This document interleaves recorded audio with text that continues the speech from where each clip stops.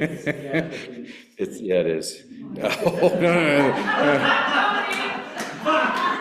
Walked into that. Yeah, you walked into that way. You should probably. This is Methodism. So we started last week with the Baptists with some Baptist jokes. There really aren't, the Baptists are, obviously have some good jokes about them. When you start getting into other, sometimes they're just not that funny. So, I mean, but I honestly, I was like reading these Methodist jokes and I was like, now, I don't know if any of them are really that catchy. The best one is from last week. What is a Methodist, a Baptist that can read? But I started thinking about that as a joke. And as much as it's a joke, it actually kind of does reflect. And I started thinking, Baptists are evangelical. They have that proclamation. They have that, like we talked about last week, they have the itinerant preacher, and they went through that struggle. So do the Methodists. They both have focuses on piety and holiness, and they both have memorial views or symbolic views of the sacraments. And so amongst other things that we all share in common. So in many ways, I was like, okay, well, that's true. We as Presbyterians, and particularly in a Presbyterian seminary, we often joked about Methodists sort of being devotionalists because John Wesley was not really counted as a rigorous theologian.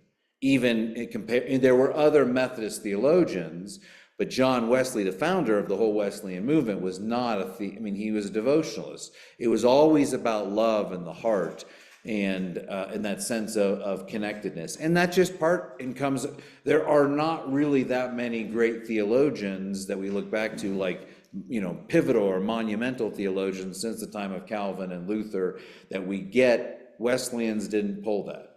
But what they did do is I think they bridged the gap between the intellectualism of the Reformation and what we see in the 17th and the 18th and 19th centuries as a movement towards the heart. And they sit right at the center. And I think that, and we'll talk, and the same way the Baptists, and also the other roots that they come out of the Baptists, going back to the joke, is they both come out of Anglican circles. The Baptists, as we talk about, were people who came out of the a mixture of Puritans and those who opposed the English involvement in government, and they broke off. Well, Methodists are similar sort of break off of the Anglican Church. And we'll talk about the history in a second. But let me give you some fun facts as we start, and then we'll get into a little bit more, as we always have, the structure and the path that we've gone. I didn't know this, and I did not check to see if it was true, but whenever I sit down to start to write down my notes, I always start with fun facts. I don't know why. I always say fun facts about something. So I didn't check these. These are based on the internet, but I'm regurgitating them regardless. But I always claim I'm about 90% accurate in anything I do. So, there's... You can, that's probably true. If you check all my facts, I'm probably off every now and then, but so I just give myself that's the Presbyterian in me. Like, don't claim certainty. But I read that Wesley wrote the best-selling medical text in history. And I think at the time, and my guess is at the time, there weren't that many medical texts, but it went, and apparently is a medical text that went into like how to live. Like, you shouldn't eat a lot of meat, you should eat more, like this sort of practical stuff. First meal of the day is important, that sort of, drink lots of water. They were practical ways. But again, when you think about Methodists as a whole, what we'll get into in the idea of being a method is there's a structure. Methodists and Presbyterians are very similar in the way we approach things, and we have a lot of overlap in terms of our circles. In part, although I think there's differences in Calvinist, Arminian circles, we're more intellectuals, they're devotionalists, whatever. But there is a sense of order and logic and reason that guide. I think when you get into Lutherans and Episcopalians, they tend to be a little bit more mystical, like the Catholic Church. And not that they're not organized in their present day form, they're absolutely 100% organized, but in their origin, I think the focus was more on the hierarchy and the mysticism and some of and sort of the embodiment of the church, as opposed to Methodist Presbyterians breaking free. I think Presbyterians broke free in sort of the Calvinist Reform movement from Roman Catholic churches in the way that Methodists broke from the English church. And again, Baptists and Methodists share that in common. They're trying to get away from the structure. They finally landed in the Protestant realm but you still had the oversight of the English church, and they didn't want that as well. I didn't know this, and again, fact check it, you can get home, but what I read today said that Wesley coined the term agree to disagree, which I thought was fascinating. I don't know if it's true. I don't claim truth to these, but that was in there. Agree to disagree. So that's what Jim and I always do. We agree to disagree. Wesley rode on horseback 10 times the circumference of the earth. That's what it's claimed. I don't know. Again, fun. These are fun facts, not true facts, fun facts. I wasn't sure about that.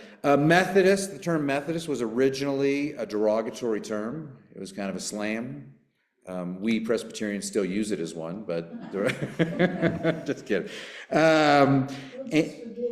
Yeah, I know you have to, because you won't achieve your perfectionism if you don't.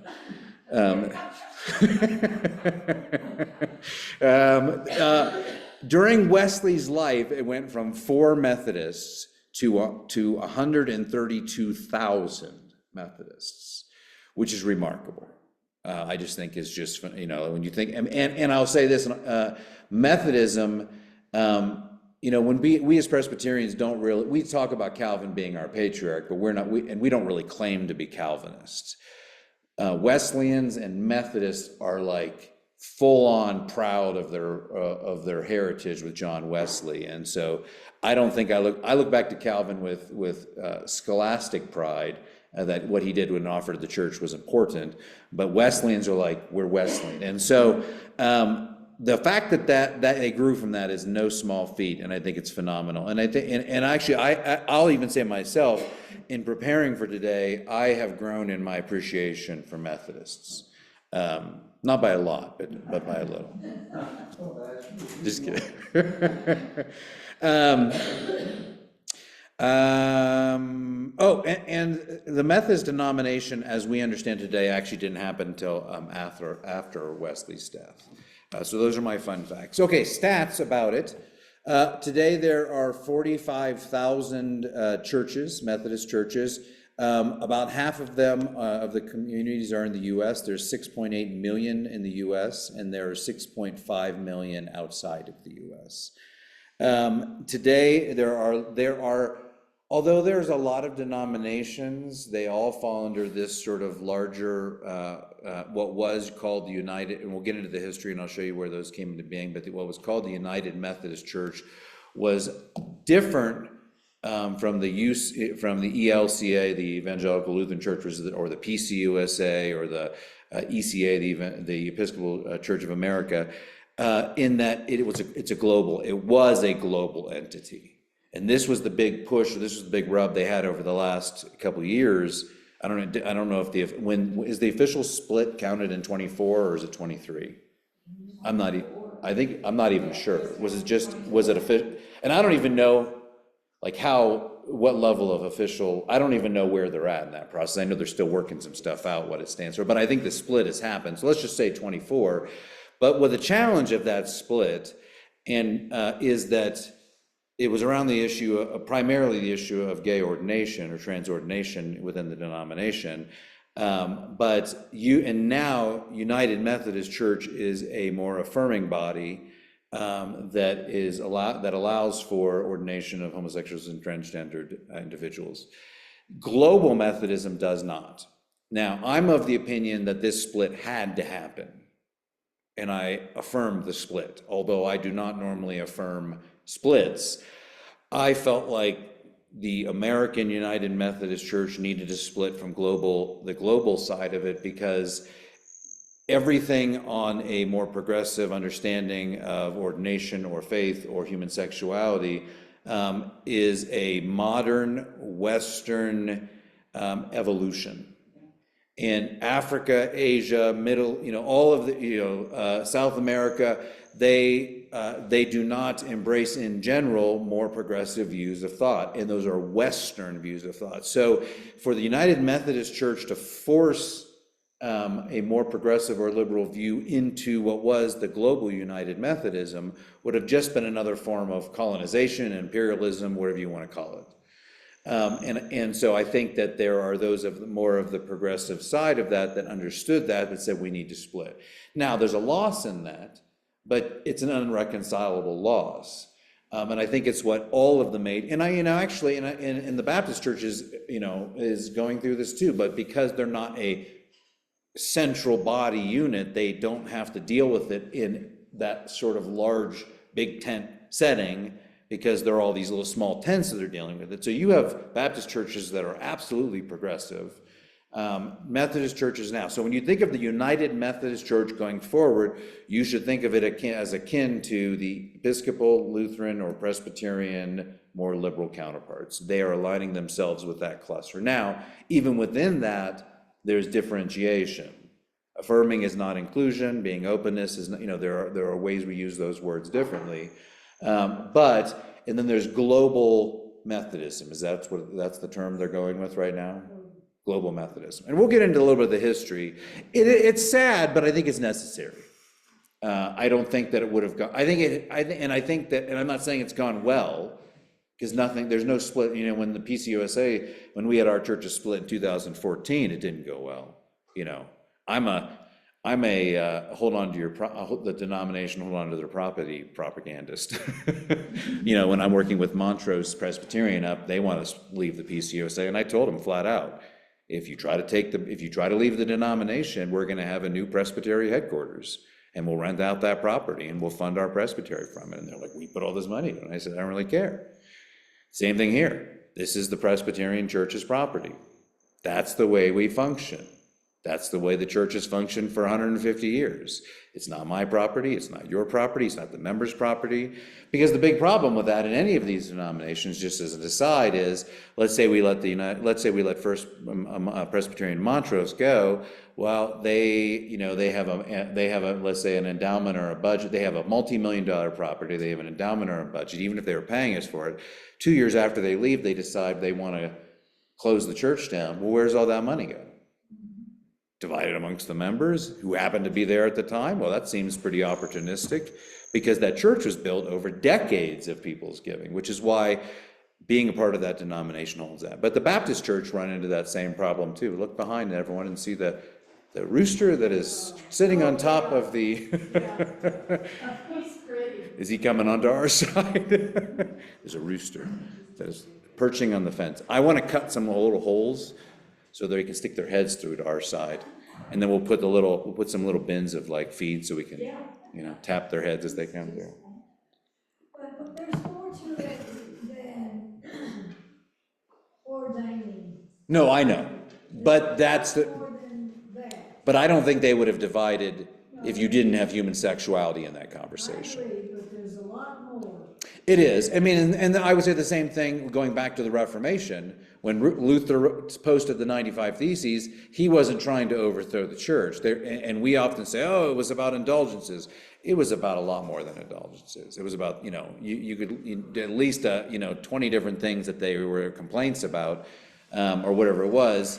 But my point is, yes, but the split that just happened, I would say the split was motivated by issues around human sexuality and gender identity, and the differences between those two, and not being reconcilable. But anyway, and it is what it is in that regard. What else? Today you may be familiar with the terms, the Wesleyan Church. You have Indiana Wesleyan University, you have Ohio Wesleyan University. I have very good colleagues that I did my PhD with, 3 or 4 of them that were Wesleyan. And I was always kind of like, why don't you just be Methodist? Well, Wesleyan's just, they're a little bit more holiness based. They're, but they're all sort of clustered under this larger umbrella of a Wesleyan alliance. You have the Wesleyan Methodist Church, you have the Wesleyan Holiness Churches, you have United Methodist Churches, you have Global Methodist. I would say this, of the branches of Protestantism, to me, looking at them, there were less branches of Methodism than there were of other branches of, like, when I look back at the Presbyterian history, I think now granted, we're also a couple of hundred years more, older, so you have more time to break off and to, and to reunite stuff. But I still, as I was reading, I was kind of like, oh, there's fewer of them than I thought. It's just more of a notable, but again, they didn't come out until, late 1700s probably was when you would say they actually sort of found their way forward. Just in terms of a broader introduction, they are considered a holiness movement. Now, not considered in the same holiness movement as Pentecostals that came out of the beginning of the 1900s. That's another intensification of that, but still considered part of the holiness movement because of their doctrine of perfectionism. We'll talk about that, which I was enlightened on. I'm a little less critical of it right now. We'll see. Maybe it'll sink in later tonight again. They're American, which I think is really interesting because they're, most of the other mainline Protestants, I would throw the Baptists in there as well, that American, the Baptist and Methodist coming about at a similar time were American based, but they also have roots kind of loosely, like you see their formations in the UK and England. And then when they came over, they sort of, I think, in that religious freedom established themselves. So historically, they're out of the Church of England, they're Anglican, but they're not, but they broke free in their branches of that. So if you thought about the splintering, again, here's Orthodoxy, and then you have Roman Catholicism coming here, and then you have Protestant breaking off here, and that goes off into three branches of Lutheranism, Lutherans, Reformed being Reformed, and Presbyterians, and then you have the Anglican side that we talked about, and from that Anglican side, then you have the Baptist and the Methodist branching off from them. Does that make sense? Do you see that visually? I see it in my head. Shannon always says, I see things in my head. Yeah, it's like a family tree. I see it in my head, but it doesn't necessarily mean you do. They're Protestant, they're neo-Calvinists. So again, if you look back at most Methodist stuff, much of what they believed came through the Calvinist branch of Protestantism that influenced Anglicanism. So you can still trace back the primary elements of their theology, but Wesley was influenced by Jacobus Arminianism. And in that notion of free will within the larger structure. And as we unfold what that perfection or holiness, or what it's called, what's the term? Grand depositum,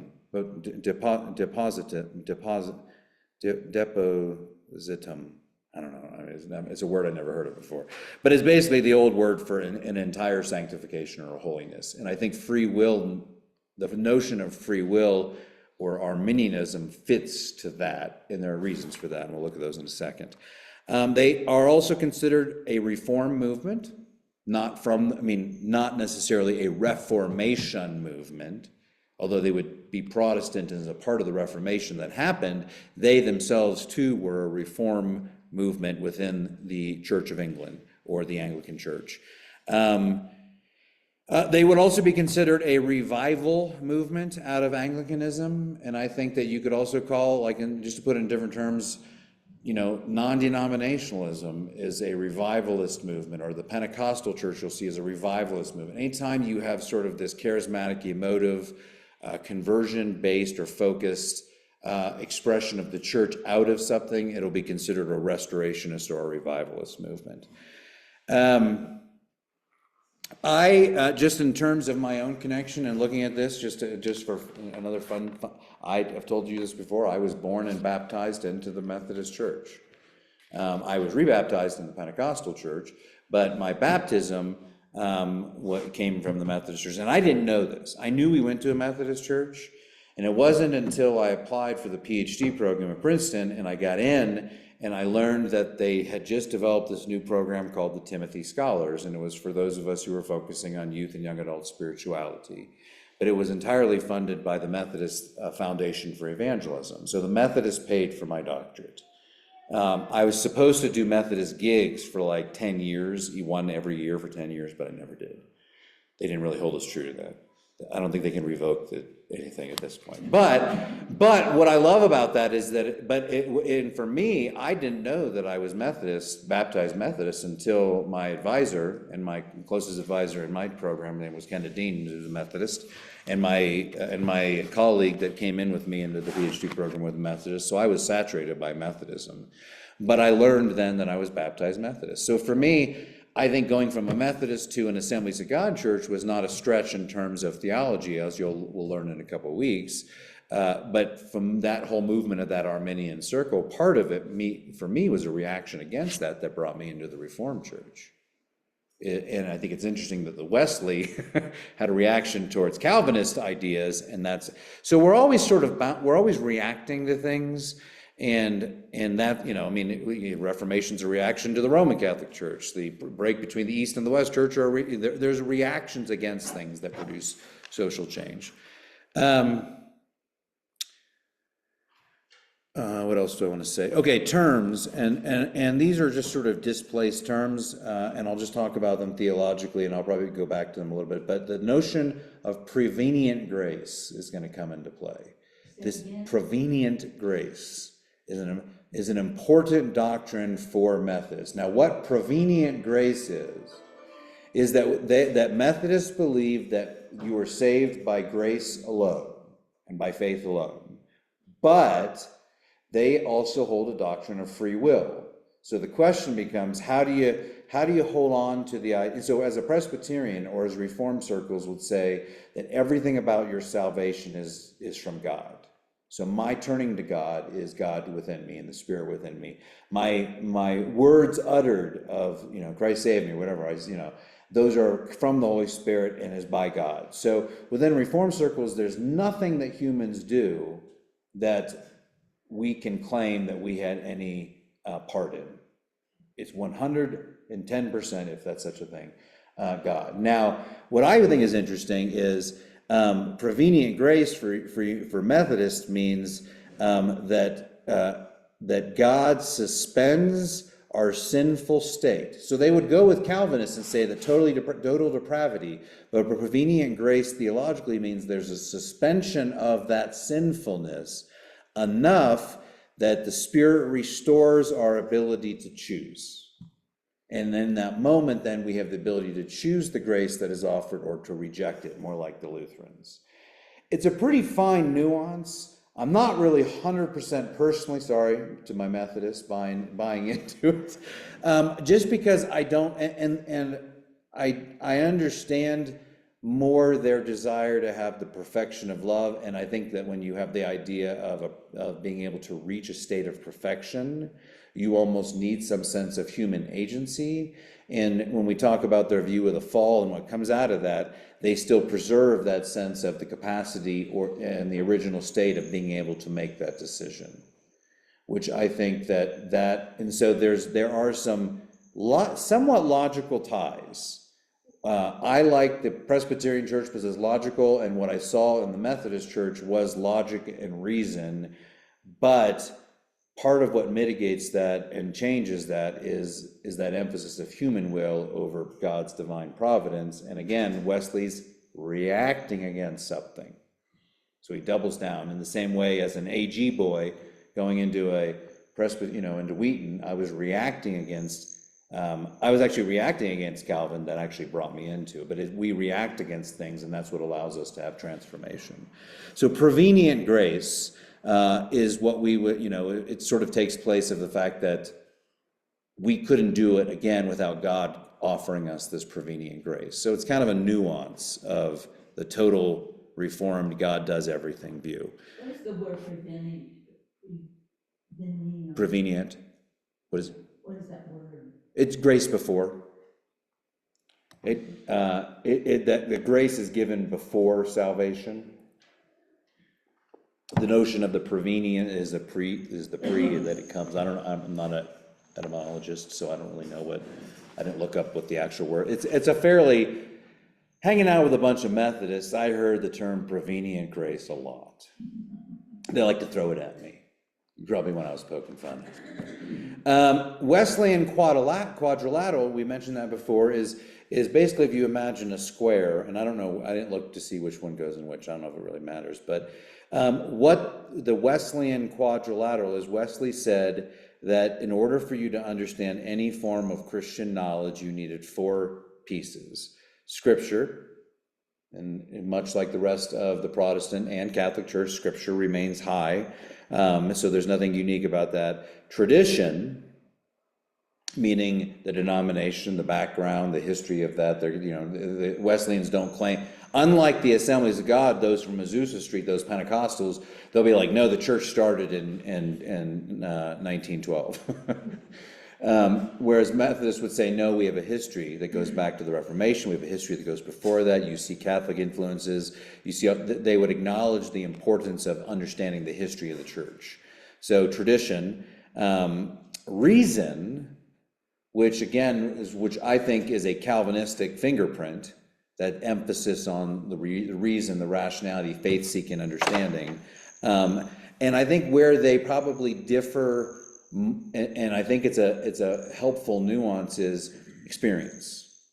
That's where they would break free from, not that Lutherans and Calvinists and Presbyterians don't have a category for experience, but I think we probably at one point in history degraded the experience over and again, and part of that is Calvin writes this systematic theology that starts with the Bible and says everything comes out of that. Well, then you have Friedrich Schleiermacher coming out in the 1800s and says, no, it's human experience, or even in the 1700s, human experience.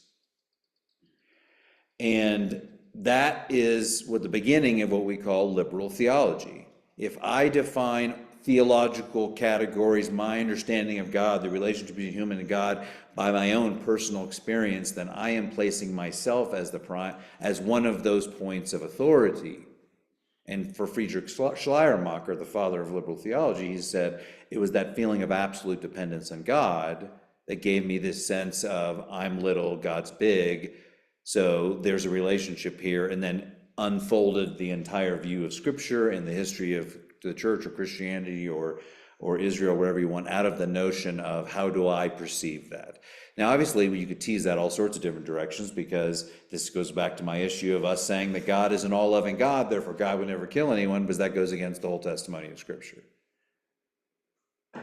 Egyptian babies died. I always go back to the same example. Egyptian babies died not at the hand of the evil one, but at the hand of God. Now, even if it was the evil one who went out, God sent a spirit and killed human beings. So, if we can't accept that, then we can't accept the larger view of who God is, and we're trying to define God in our own need for God to be who God is. I think this works in both the male and femaleness of God. God is neither male nor female. Those are not categories that God deals with. We, out of convention and out of patriarchy, say that God is he. Do I think God is a dude? Absolutely not, in no way, shape, or form. Do I think that it's hurtful to say God is a she? No, I think that's just a reversal of a narrative that's been there forever. But God, I think theologically, mature Christians would say, God doesn't take the form of humans. Our male femaleness, our genitalia, the things that divide us, are not part of the divine being. Okay, so that's the Wesleyan quadrilateral. I think it's important. I like that it brings that experience into play. As a practical theologian, again, my discipline, my area of expertise is practical theology, which is a methodological understanding of how we comprehend, experience, understand, talk about, theorize about religious experience in relationship to all the other social sciences and hard sciences sometimes too. That's why within my comps I had to understand all of these different other areas and then intersect them. And so it's an interdisciplinary dialogue. And I think what we have in the Wesleyan quadrilateral is a early hint towards that, that interdisciplinary nature. We're saying our experience does matter. And I think it does. I'm actually more inclined to support the Wesleyan quadrilateral than I am to the Wesleyan prevenient grace. Another term that's often used in Methodist circles is that Wesley writes that his heart was strangely warmed. he got the tinglies in his heart or something. But when we go back to the 1738 experiences of both Charles Wesley and John Wesley, and I mentioned that when we did the hymn, what hymn was that? Oh, 4,000 tons to sing, I think. Was written by Charles Wesley. And I talked about that experience that he had, and that it sort of converted him back, and that was part of it. So, but John wrote the words, his heart was strangely warmed, and you'll see that in Methodist circles all the time. They like to quote that. And also, there were lots of other figures. George Whitefield, I'll name a few as I go through the history, but George Whitefield was there at the beginning. He was probably one of those original four. He ended up being one of, well, probably I would say he was more of the theologian of the three. John was the preacher.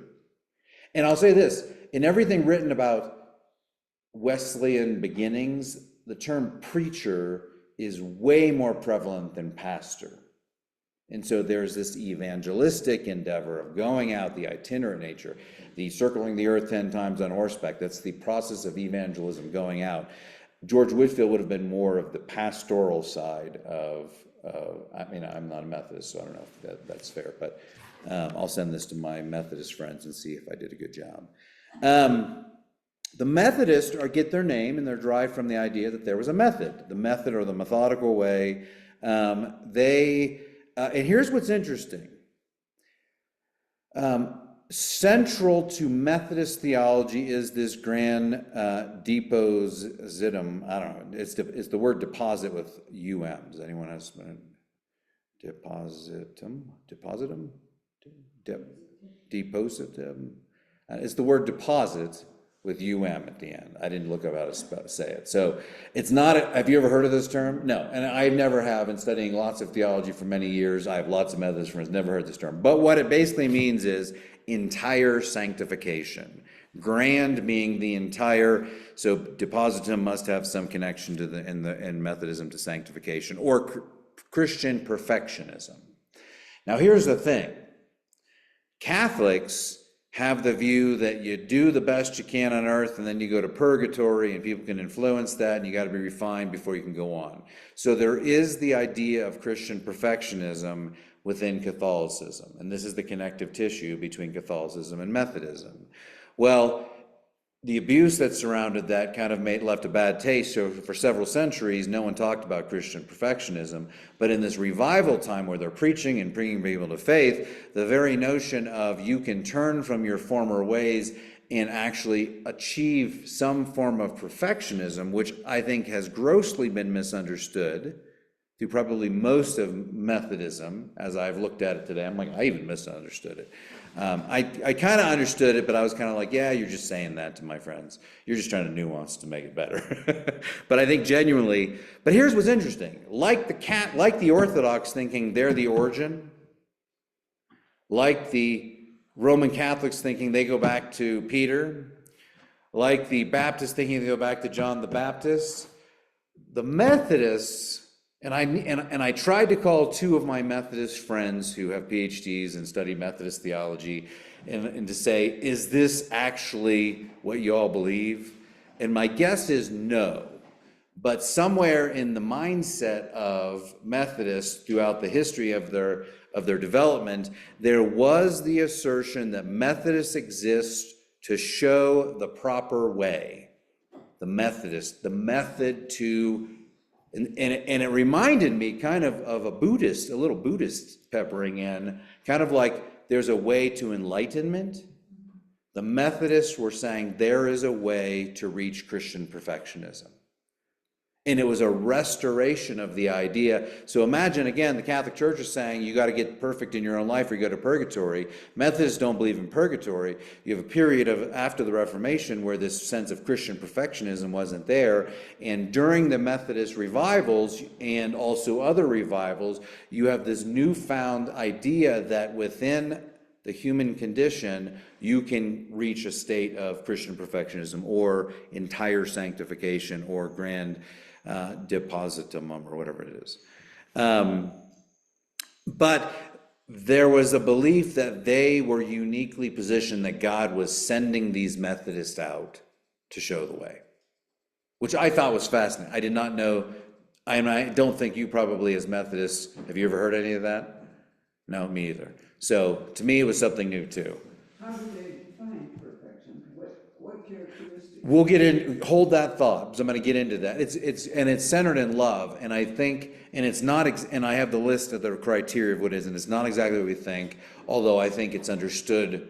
And it's kind of like how people think, Calvinists think that there's limited atonement, but Calvinists don't think that. Dutch Calvinists thought that.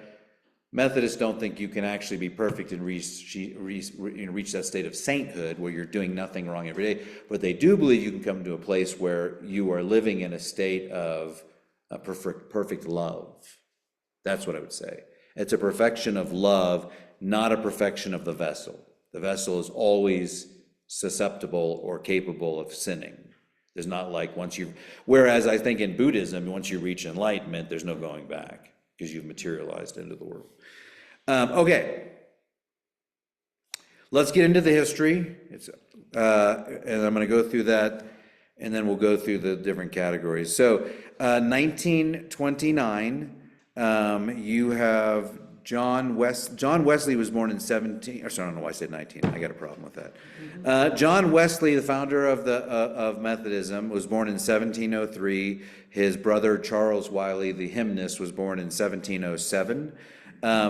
When they both had a father who was an Anglican clergy, they grew up within the faith. They ended up going to Oxford, and in 1729, John and Charles Wesley, and remember Charles Wesley wrote the 6,000 hymns, and John's, again, the theological or devotional founder. They started a student group at Oxford University in their school there called the Holy Club, which I loved because it reminded me of the Bible club that I started in high school. So I was like, yeah. And it had a focus on two things: piety, and this was the method. So this is like the Mandalorian, like I said, this is the way. Prayer, and this is not. What's fascinating about this is this. You're gonna so prayer, reading the Bible, studying the Bible, communion, so the Eucharist, and fasting. And then in mercy, their acts were visiting prisoners and going to hospitals. So it was by piety and by mercy. Now the mercy, I'm just going to say, was just, that's what they saw. And we should be, honestly, as Christians, we're kind of miserable at that.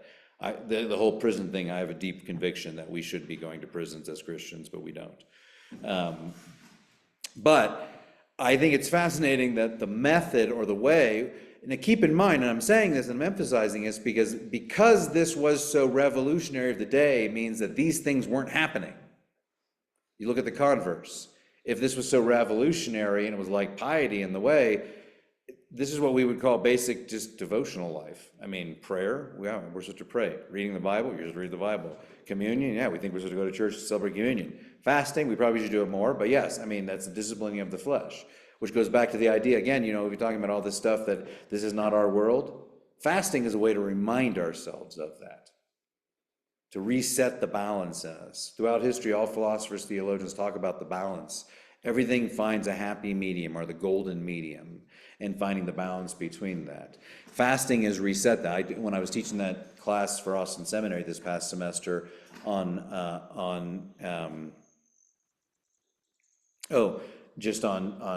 pastoral care, I taught about a book about dopamine and how we're like this culture addicted to little dopamine hits all the time. We're just looking everywhere. That's what our phones do for us. They give us constant little points of excitement, and we keep going back for more. And it talked about the fact that your brain regulates between pain and pleasure. So anytime you experience pain, when you come out of that pain, there's a sense of relief or pleasure. So it's kind of like the idea, if you go run or exercise, it's pain while you're willing yourself into the pain with the acknowledgement on the other side of that there will be something good. Now the reverse of that is when you experience pleasure, when the pleasure ends, you experience pain because there's a loss of that pleasure.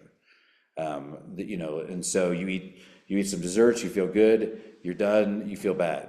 That pile of pancakes looks pretty good when you started, but you put too much syrup on it, too much butter, and now you're sick. So pain, pleasure. But what's interesting about that is your brain balances between the two. So when every time you're constantly trying to get dopamine hits, the reason we feel depressed by that is because the brain likes an equilibrium. And if it goes too far or spends too long in one side, it brings it back. And dopamine researchers say the only thing that can reset this imbalance is abstinence, and regardless of what it is, whether it's sex, food, exercise, everything that gets out of balance, by reducing that and going back to the norm, your body and your mind and your just well-being finds a sense of balance in that that you wouldn't find otherwise. So fasting is a way to reset our sense of equilibrium in this earth, and I think to remind ourselves this isn't our life. Things have gotten out of control. You can't feast all the time, you can't fast all the time. There's a balance between them. So this is what makes Lent so powerful in Orthodoxy.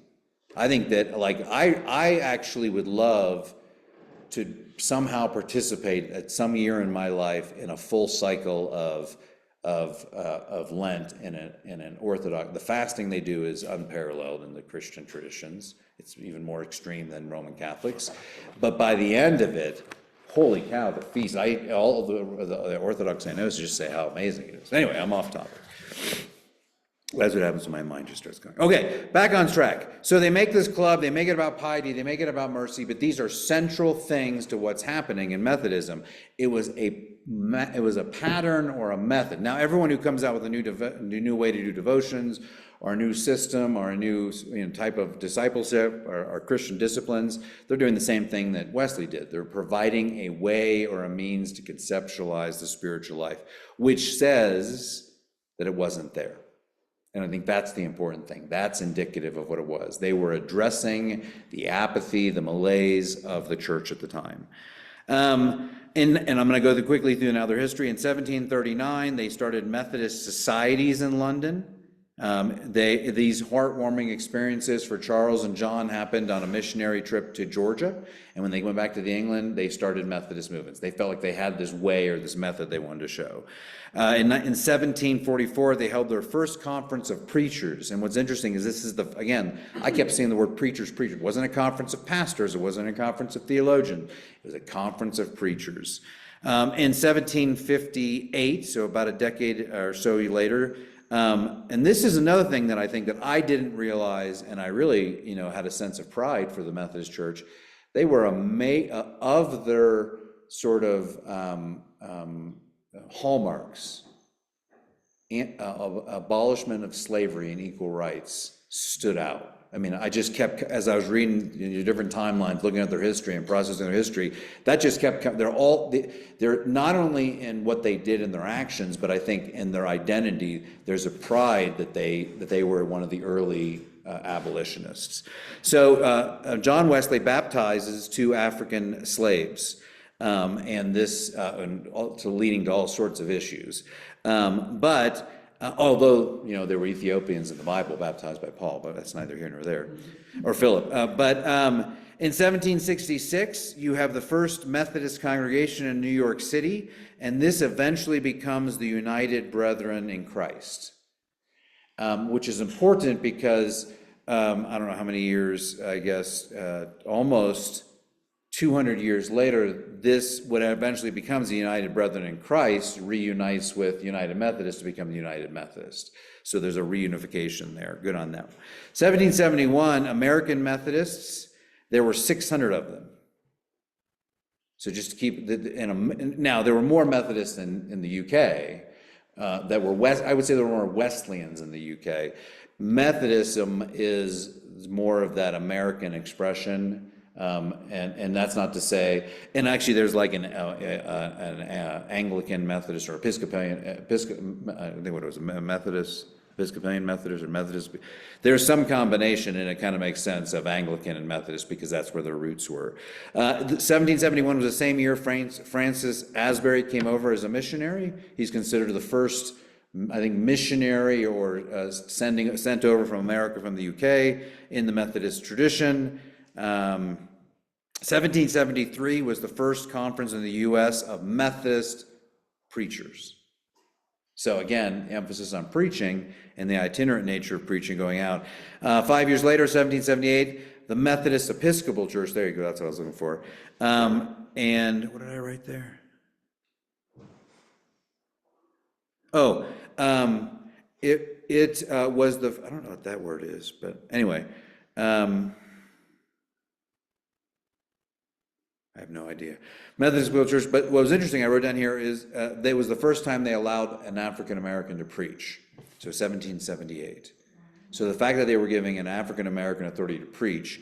In 1787, if you've heard of the name Cokesbury, it's a huge Methodist organization and a bookstore. It's their liturgical and bookstore, but Cokesbury College was established. And it was at that time in 1787, very early on, that Wesley wrote and was verbal and publicly rejecting the genocide of American natives, or of American Indians, or First Nations, whatever you want to use there. Okay, so next check in 1791.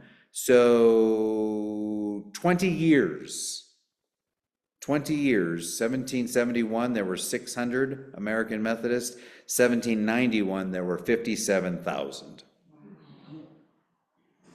That's phenomenal.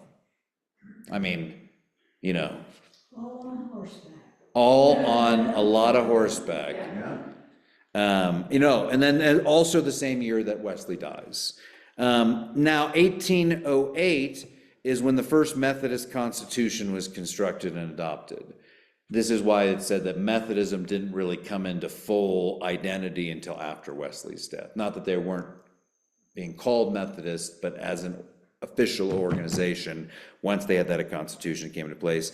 And then by 1820, which is, again, 29 years after that 57,000, they went from 57,000 in 30 years to over 500,000. So again, huge jump that identified as Methodists.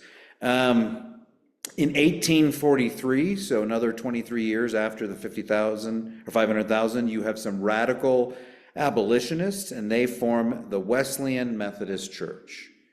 And in 1847, 5 years later, the first woman was licensed to preach. So very early on. Now, but here's the thing.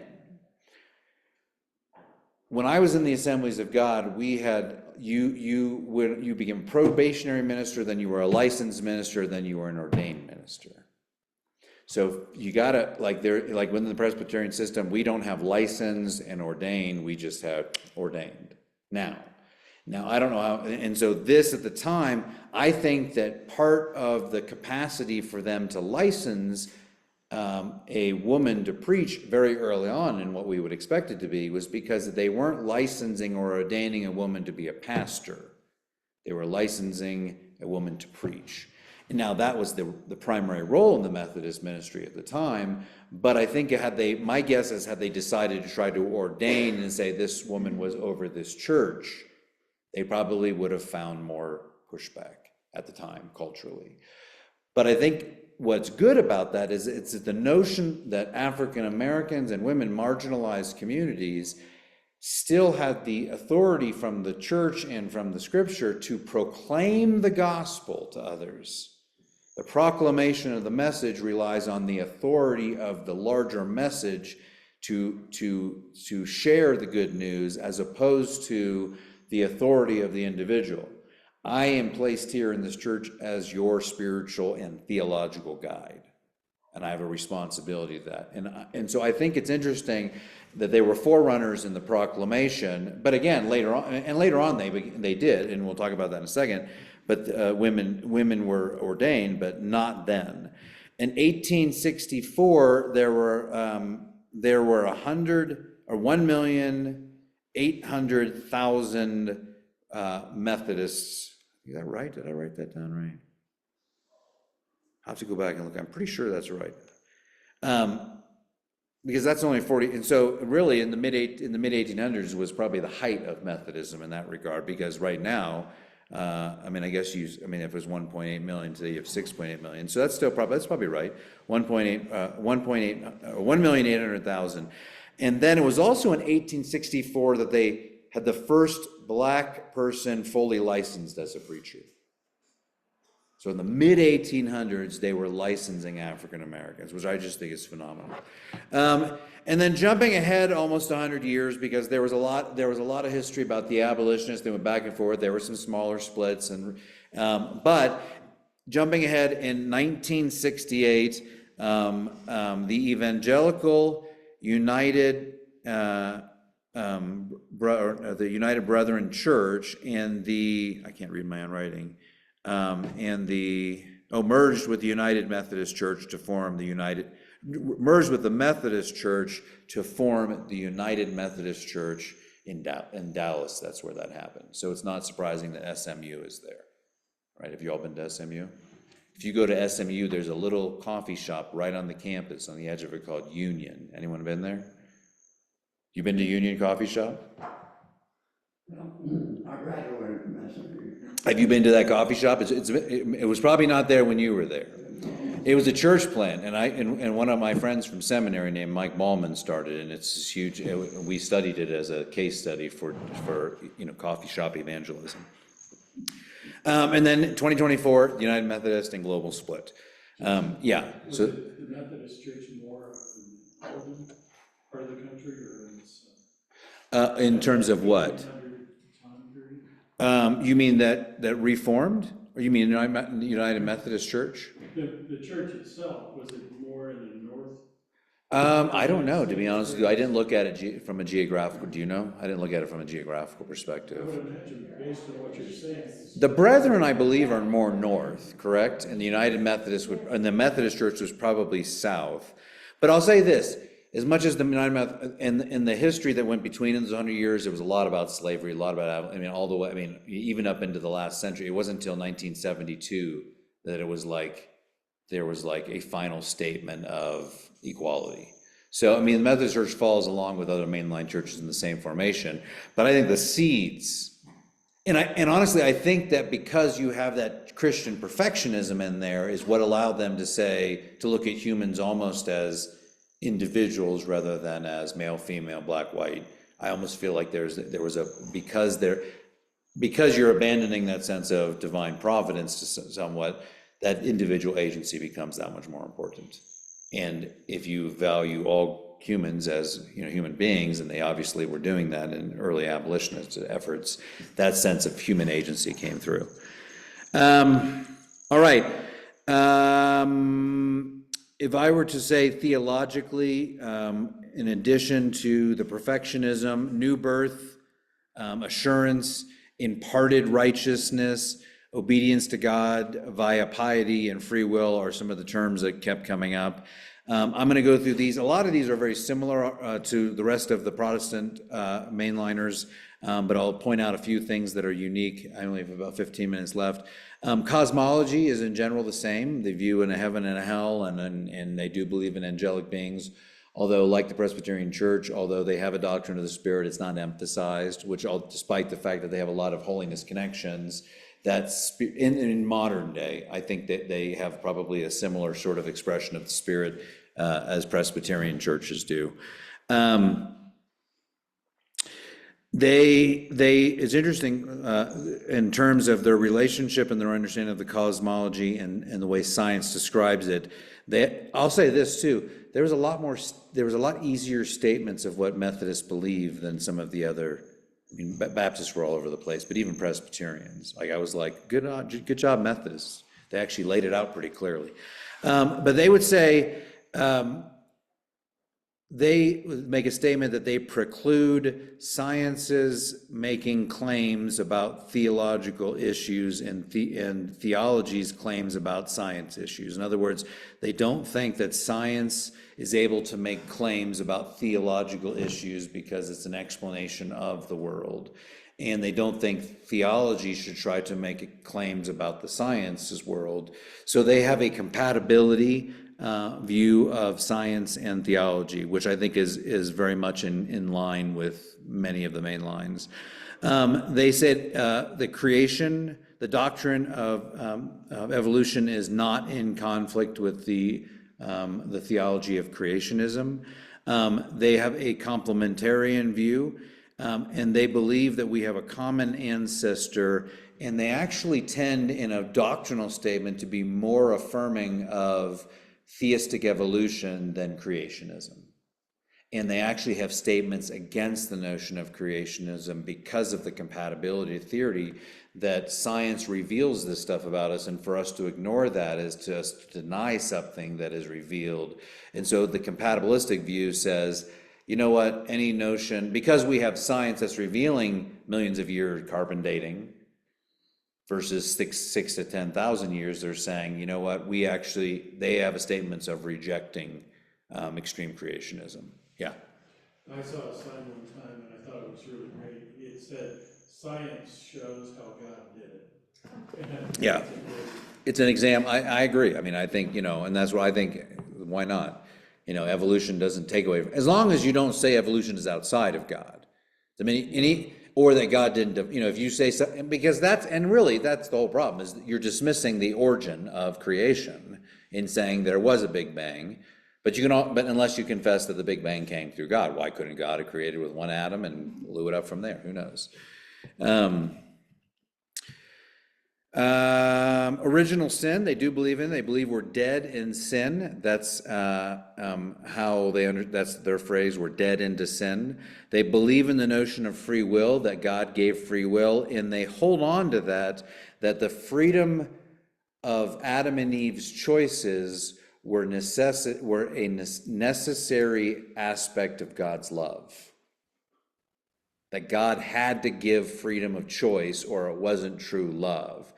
Now, as a Reformed theologian, I have a problem with that, because that means in the afterlife, when sin is no longer around and evil is no longer in sickness and all the things and death and all the things that come with that, if that's no longer available, then we have to redefine our understanding of free will, because so much of the theological world says you have to choose between, a rotten apple and a good apple, because the rotten apple's bad.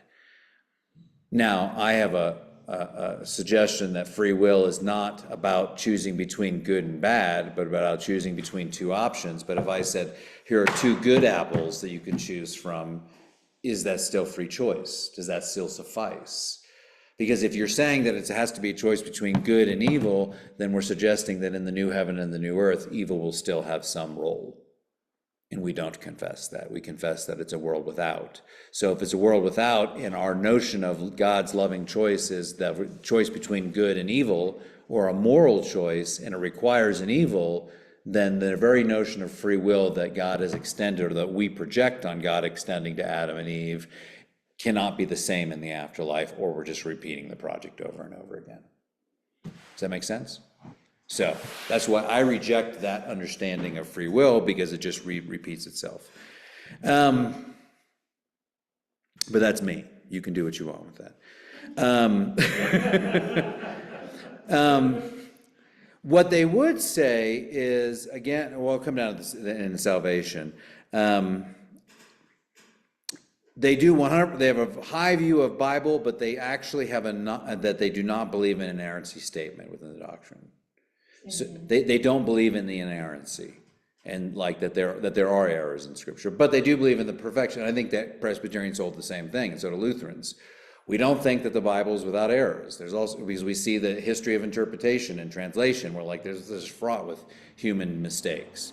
But that doesn't erode at our faith, and this is the problem with, I think, modern day evangelicalism. The minute you say the Bible is not inerrant, it's like, oh, you're going to burn in hell because you've spoken against the grand mighty Oz, and you're going to, and why? I mean, the essence of Scripture, the charisma, the logos still comes through.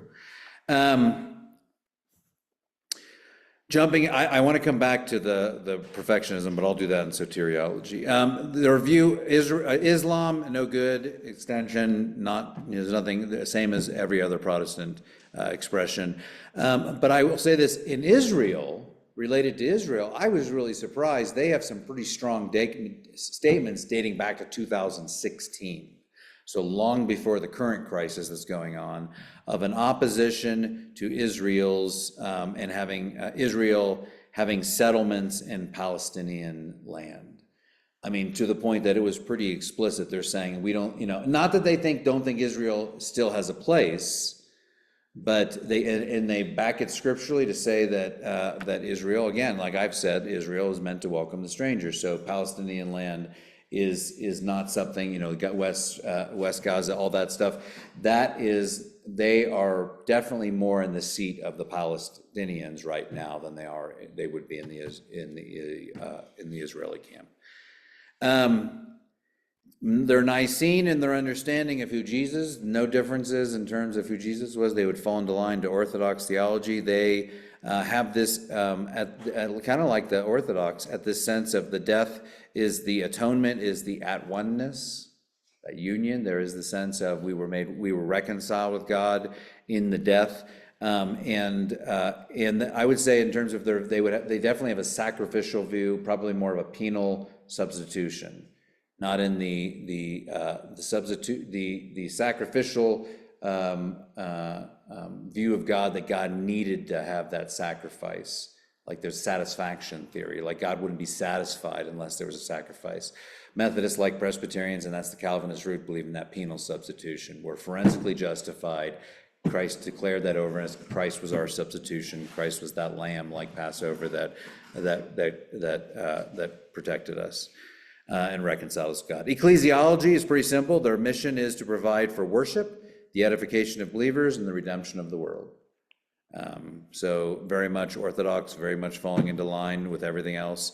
Their view of salvation, or soteriology, by faith alone.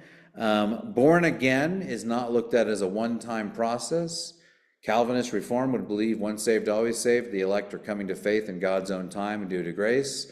The others believe you have to sort of bring people to that, and you're born again as a moment, when you're born into this Nicodemus moment where all of a sudden your life is changed and regeneration happens.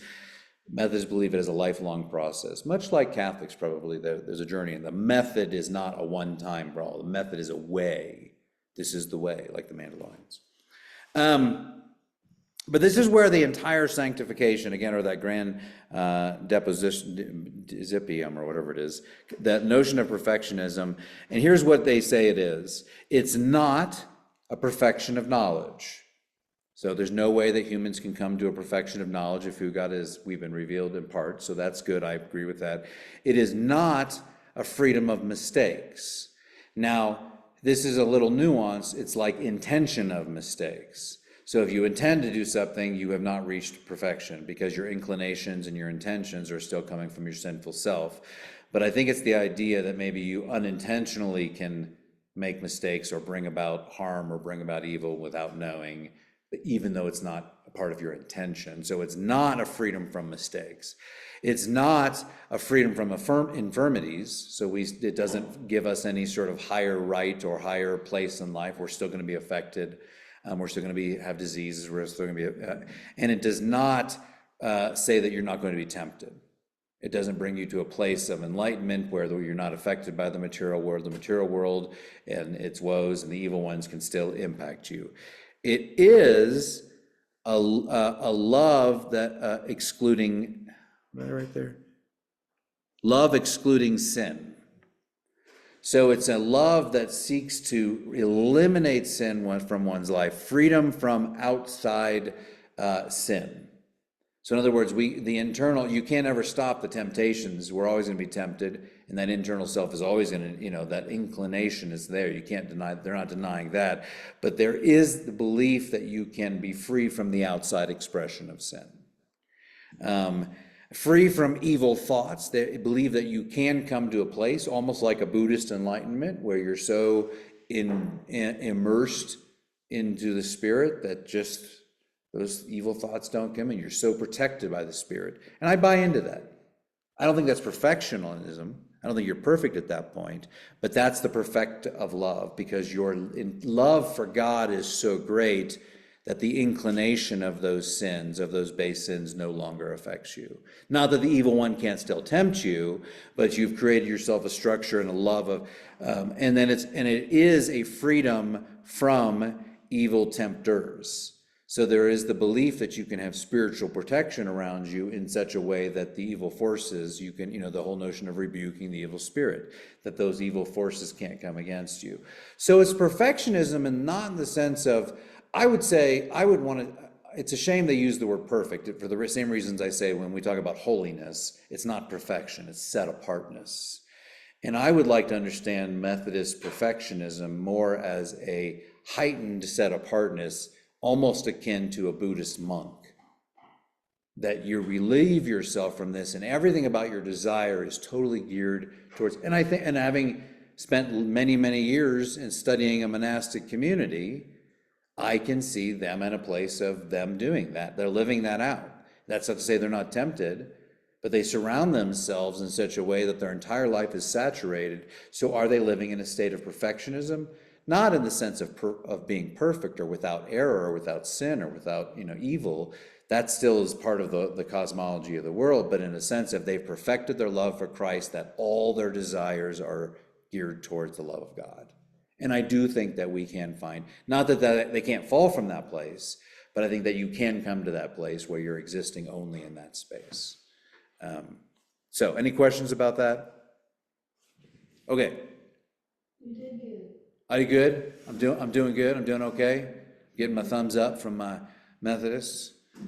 Okay, real quickly towards the end, baptism, they view it like us as Presbyterians as covenantal. It's circumcision in the Old Testament, baptism in the New. I actually, and that it's an initiation into Christ. As Reformed folks, we would tend to rely on that a little bit more. I did read in one document, they said Acts 2:38 through 41, when it said all present at the time of Pentecost were baptized. And the assumption is that them and their households. The assumption is not that they went into the households and said, okay, you all can get baptized, but the kids and the babies over here can't. Because in the Jewish mindset, if it is an extension of a commandment like circumcision, they're doing it to babies, so why would they have in their thought and their mind, oh, this is only for adults with it? So that notion of an age of accountability, that is something that was not, and I think that's the reason Methodists will baptize as infants. They call the Eucharist the Holy Mystery, the Holy Communion, and it is very much so a occasion, the words were occasion of grace. And it's about a shared holiness. And I think similar to the language that I've used, that celebrating the Eucharist in the Presbyterian Church, the elements don't change, but the Spirit is present in the actual act. They would assert, but they would not assert necessarily that the Spirit is present in the act, but the Spirit is present in the body. So it's a little bit of a nuance, but even with that presence of the Spirit, there still is the words reminder or memorial came up. It is not imbued with anything, supernatural. The actual elements, the practice of doing that is a reminder cognitively that we are called to this, which is the way I was raised in the Assemblies of God. Polity is similar to the Presbyterian Church, but it's kind of a cross between the Presbyterian Church and the U.S. government and like the Catholic Church or the Anglican Church, where there's a hierarchy. So it goes from churches to districts, to annual conferences, to jurisdictional conferences, to the general conference that meets every 4 years. In the U.S., there are 5 jurisdictional conferences and 7 outside of the U.S. And the way I read that it kind of helps describe it is if you think of the churches as cities, the districts as counties, the annual conferences as states, the jurisdictional conferences as countries, and the general conference as a continent. You can kind of see and similar to the way of the Presbyterian Church. So, but they do have bishops, and bishops can send, but they have a little bit more agency. So I remember my friend in the Methodist Church saying, no, we can say, I'd like to go to the North Carolina conference or whatever it's called. And then they would apply or meet that person and they would approve them in the same way the Presbyterians approve us. So it's kind of a cross between Lutherans and Episcopalians over here using a quasi-Catholic system, Baptists over here, Presbyterians and Methodists over here. So it's kind of a little bit more hierarchical than Presbyterians, but in a trusting way, not in like an impositional way. Like I think in the Episcopal and Lutheran Church, they're like, yeah, I'm going to take you, put you over here. And they have that capacity to do that. They have no doctrine of Mary, much in line with all other mainline Protestants. I just wrote down they were early on through most of the development. They were very early, they were the early abolitionists and they were anti-war. I think the early abolitionist still rings true. I think that just war is a big challenge for a lot of mainliners today. I kind of live in the space ideologically of war is not what we're called to as Christians.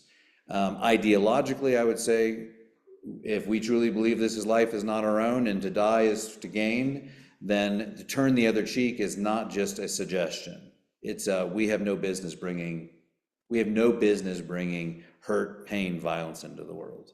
Like you want purely ideological sense. Like I would say, guns have no business.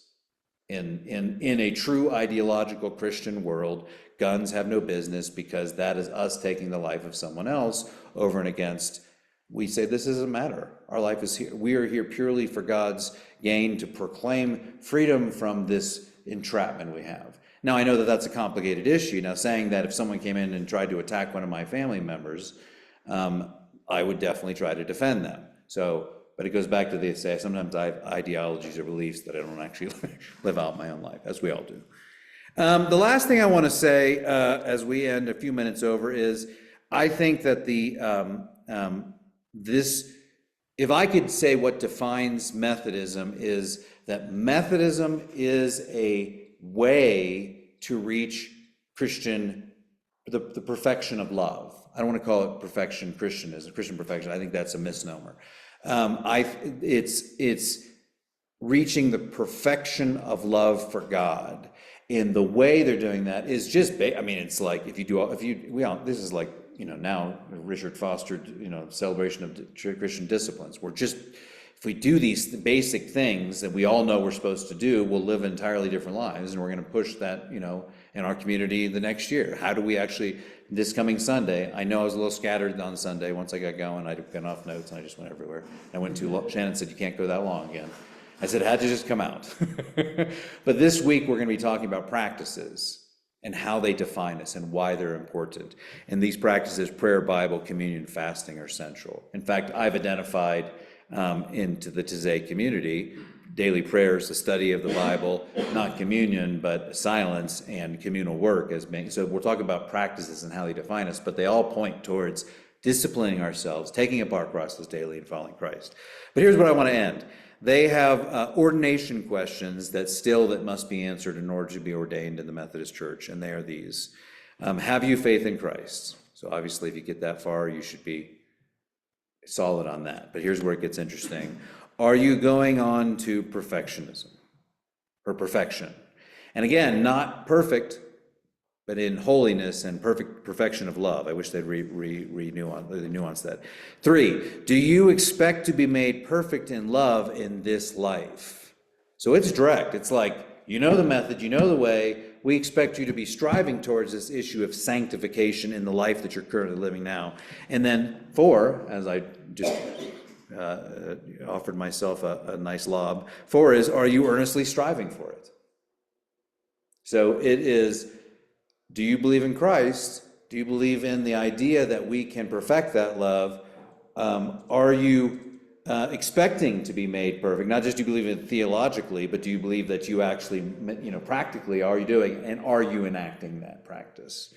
It is the perfection of love that they find in Matthew 5:48. In other places, it's the idea that God was perfect, therefore we can be perfect. But again, it's not that necessarily, no mistake. It's being set aside, being perfected in holiness and love. And so in that regard, I'll still make jokes about it, but deep down I'll know that it's okay. All right, that's Methodism. Okay with you all? Okay to my Methodists in the room? Any final questions? No, all right. Then good.